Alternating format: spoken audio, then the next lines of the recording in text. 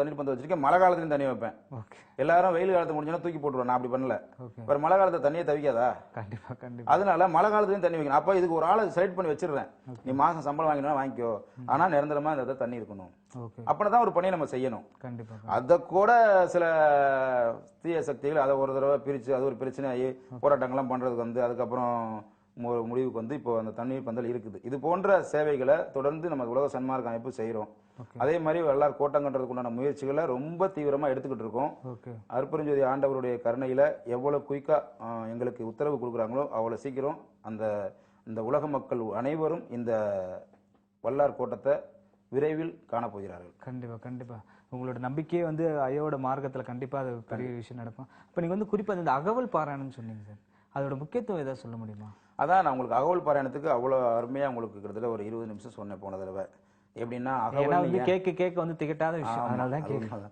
அகவல்ங்கிறத எதுக்காக பெருமானார் பேரே வச்சாரு, ஒரு மயிலை வந்து உங்களுக்கு எடுத்துக்காட்டா சொல்லியிருந்தோம். அந்த மயிலுடைய உள்ள இருந்து அந்த வரக்கூடிய நாதம் வந்து அடிநாதத்துல இருந்து வர்றதுனால அந்த அகவல்னு பேரை வள்ளல் பெருமான் வைக்கிறாரு. அந்த அகவலை நீங்க படிக்கும் போது, அந்த அகவலை நீங்க பாடும் பொழுது உங்களுக்கு ஆன்ம பலமும் தேக பலமும் கிடைக்குது. இது வந்து நிறைய பேர் ப்ரூவ் பண்ணியிருக்காங்க. உலகம் முழுவதும் மலேசியா, சிங்கப்பூர் போன எந்த நாட்டில் நீங்க எடுத்துட்டாலும் சன்மார்க்கம்னா அகவல் பாராயணம் கண்டிப்பா இருக்கும்.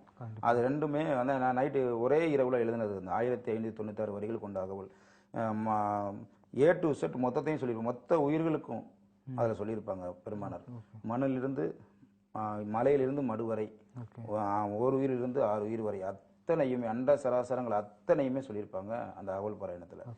அது மாதிரி நிறைய பாடல்கள் வள்ளல் பெருமானுடைய பாடல்ல பாடிட்டே இருக்கலாம். நீங்க தொடர்ந்து அது உண்டா நீங்க பாடுறது? ஆமா, நான் வந்து அந்த அளவுக்கு தொடர்ந்து நேரம் கிடைக்கிறதுனால நான் ஒரு சில பாடல்கள் பாடுவேன். அந்த அகவல் பாராயணம் கம்பல்சரி எனக்கு தெரியும். அதுல இருந்து ஏதாச்சும் ஒரு சின்ன பக்தி எதுவும் ஏதாவது சொல்ல முடியுமா?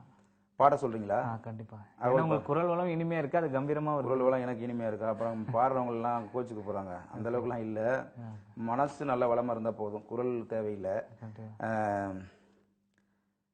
அருட்பெரும் ஜோதி அருட்பெரும் ஜோதி தனிப்பெரும் கருணை அருட்பெரும் ஜோதி ஆகம முடிமேல் ஆரண முடிமேல் ஆக நின்று வங்கிய அருட்பெரும் ஜோதி இகநிலை பொருளாய் பரநிலை பொருளாய் அகமர பொருந்திய அருட்பெருஞ்சோதி ஈனமன் இகப்பிறத்து இரண்டு மேல் பொருளாய் ஆக நின்று வங்கிய அருட்பெருஞ்சோதி ஊக்கமும் உணர்ச்சியும் ஒளிதரும் ஆக்கமும் ஆக்கம் நிரம்பிய அருட்பெருஞ்சோதி எல்லையில் பிறப்பெனும் இருங்கடல் கடத்தியின் அல்லலை நீக்கிய அருட்பெருஞ்சோதி. இது மாதிரி நிறைய போயிட்டே இருக்கு சார். இது வந்து 2 மணி நேரம் பாடணும். கண்டிப்பா கண்டிப்பா. 2 மணி நேரம் நம்ம மனப்பாடம் பண்ணி ஒழுங்கா படிச்சிருந்தா நான் ஏன் இன்னைக்கு அதனால பெரிய பாடம். அது பாடும் போதே அதனுடைய உணர்வு ரொம்ப. உங்களோட நோக்கம் வந்து என்னன்னா, நீங்க பெற்ற இன்பம் வந்து மத்தவங்களுக்கு போய் சேரணும்ன்றதான் உங்களோட நோக்கம். என்னுடைய நோக்கம் இல்ல. அது பொதுவா மனித குலமே சுயநலம்.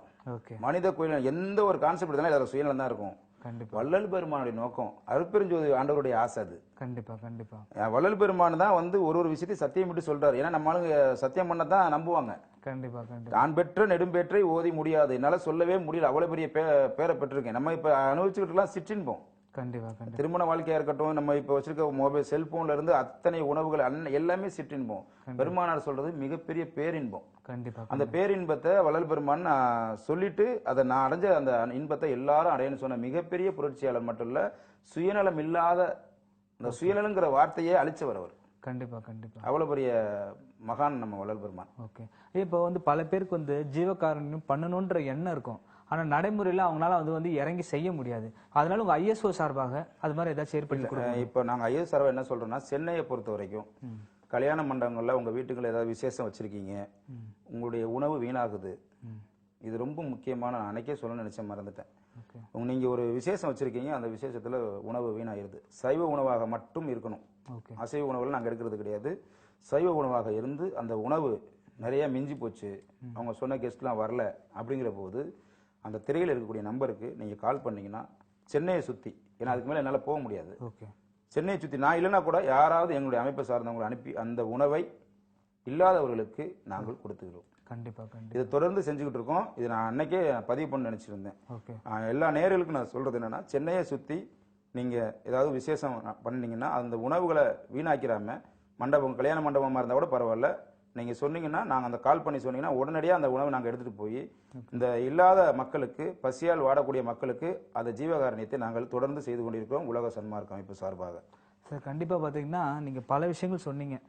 அது பார்த்தீங்கன்னா ஜீவகாருண்யத்தை பற்றி சொன்னீங்க, உடல் உறுப்பு தானத்தை பற்றி என்ன சொன்னாங்க சொல்றீங்க, ஒரு சடலத்தை வந்து அடக்கம் பண்ணுறதை பற்றி சொன்னீங்க.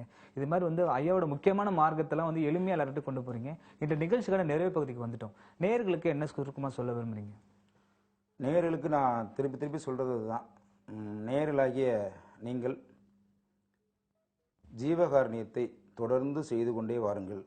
உங்களுக்கு பஞ்சபூதங்களாலும் சரி, மற்ற இந்த உலகில் உள்ள அத்தனை தீய சக்திகளாலும் சரி, தனி மனிதனாலும் சரி, எந்த ஆபத்தும் உங்களை நெருங்காது. இந்த ஜீவகாருண்யத்தில் அவ்வளவு விஷயம் இருக்குது. நான் ஒரு தடவையும் சொல்லும்போது அதான் சொல்கிறேன். அதே மாதிரி ஒரு உயிரை கொன்று தின்பது பாவம் என்பதை உணர்ந்து கொண்டு கொஞ்சம் கொஞ்சமாக, ஏன்னா நம்ம தொன்று இதை சாப்பிட்டே நம்ம வந்துட்டதுனால உடனே விட முடியாது. நான்லாம் விடவே முடியல தான், ரொம்ப கஷ்டப்பட்டு இப்போ 13 ஆண்டுகள் ஆச்சு. மனசு நிறைவாக இருக்குது, உடலும் நிறைவாக இருக்குது.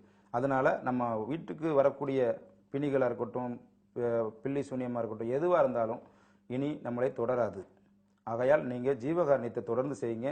ஒரு உயிரை கொன்று தின்பது பாவம் என்பதை உணர்ந்து கொண்டு கொஞ்சம் கொஞ்சமாக அதிலிருந்து விடுபடுவதற்கு முயற்சி செய்யுங்கள். ஏனென்றால் நீங்கள் எல்லோருமே ஒரே ஒரே வயிற்றிலிருந்து நம்ம வந்தவங்க தான், ஒரே தொப்புள் கொடி வரவு தான். யாரையுமே நான் பிரித்து பார்க்க முடியாது. எல்லா நானும் ஒரு காலத்தில் அப்படி இருந்ததுனால தான் அந்த அனுபவத்தை உங்களுக்கு சொல்கிறேன். தயவு செய்து முடிந்த வரை ஒரு உயிரை கொன்று உண்பதை கொஞ்சம் கொஞ்சமாக தவிர்ப்பது மிக மிக நல்லது. வள்ளல் பெருமான் மட்டுமல்ல, இந்த உலகத்திற்கு வந்த அத்தனை சித்தர்களும், அத்தனை ஞானிகளும், அத்தனை தேவர்களும் இதைத்தான் வலியுறுத்தி விட்டு சென்றிருக்கிறார்கள். அதை நம்ம பின்பற்றி வந்தாவே ஓரளவுக்கு நமக்கு உள்ள பிரச்சனையிலிருந்து நம்ம விடுபடலாம் அப்படின்னு நான் உங்களுக்கு தயவு செய்து இதன் மூலமாக உங்களுக்கு நான் கேட்டுக்கிறேன். ஓகே, இந்த பயனுள்ள தகவல் தந்தமைக்கு நன்றி சார். வணக்கம். இதுக்கு தொடர்ந்து எங்களுக்கு கேப்டன் டிவி ஆதரவு கொடுத்த கேப்டன் டிவி நிர்வாகத்தினருக்கும் புரட்சி கலைஞர் விஜயகாந்த் ஐயாவிற்கும் நன்றியை தெரிவித்துக் கொள்கிறோம். நன்றி, வணக்கம். நேரில் இந்த நிகழ்ச்சி மிகவும் பயனுள்ளதாக இருக்கும். மேலும் அண்ணாதுரை சார் தொடர்பான திரைக்கால எனக்கு நீங்கள் தொடர்பு கொண்டு பயன்பெறுமாறு கேட்டுக்கொள்கிறோம். நன்றி, வணக்கம்.